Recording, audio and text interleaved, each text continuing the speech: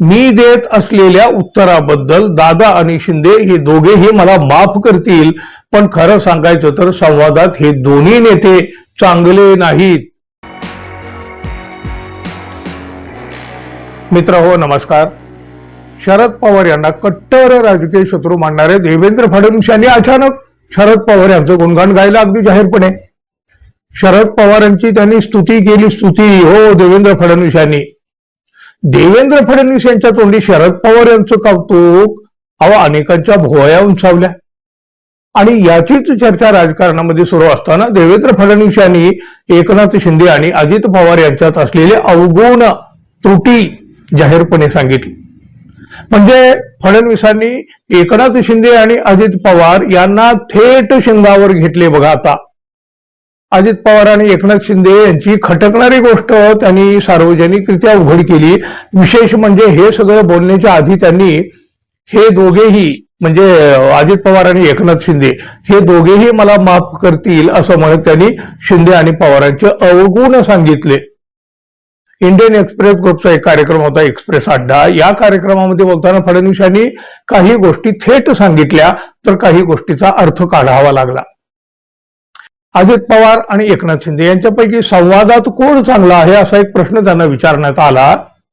त्याचे उत्तर देण्यापूर्वी देवेंद्र फडणवीस यांनी मी देत असलेल्या उत्तराबद्दल दादा आणि शिंदे हे दोघेही मला माफ करतील, पण खरं सांगायचं तर संवादात हे दोन्ही नेते चांगले नाहीत असं फडणवीसांनी सांगितलं.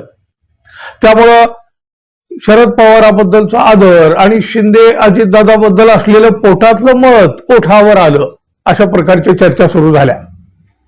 बघा याच कार्यक्रमामध्ये फडणवीस यांनी आगामी स्थानिक स्वराज्य संस्थांच्या निवडणुकीत अजित पवार आणि एकनाथ शिंदे यांचा गेम आपणच करणार आहोत असे अप्रत्यक्ष संकेत सुद्धा दिलेले आहेत.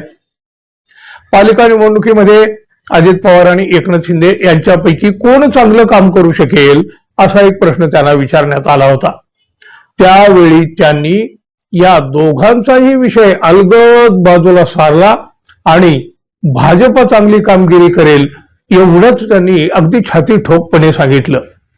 आगामी स्थानिक स्वराज्य संस्थांच्या निवडणुकीमध्ये महायुती म्हणून एकत्र लढायचं की महायुतीतल्या तीनही पक्षांनी स्वबळावर लढायचं यावर सध्या बराच काथाकुट्ट सुरू आहे.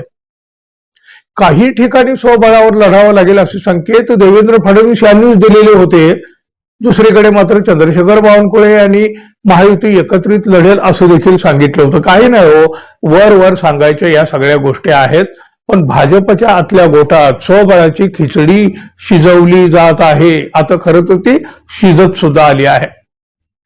महत्वाच्या असलेल्या नगरपालिकेमध्ये महापालिकेमध्ये आपलाच महापौर बसवण्याचे भाजपचे प्रयत्न आहेत.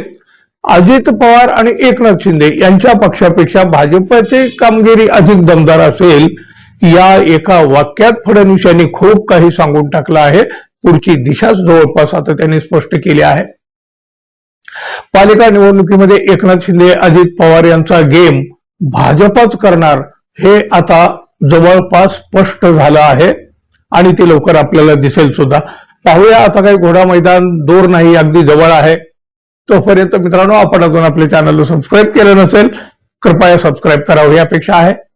धन्यवाद. पुन्हा भेटू. तोपर्यंत नमस्कार.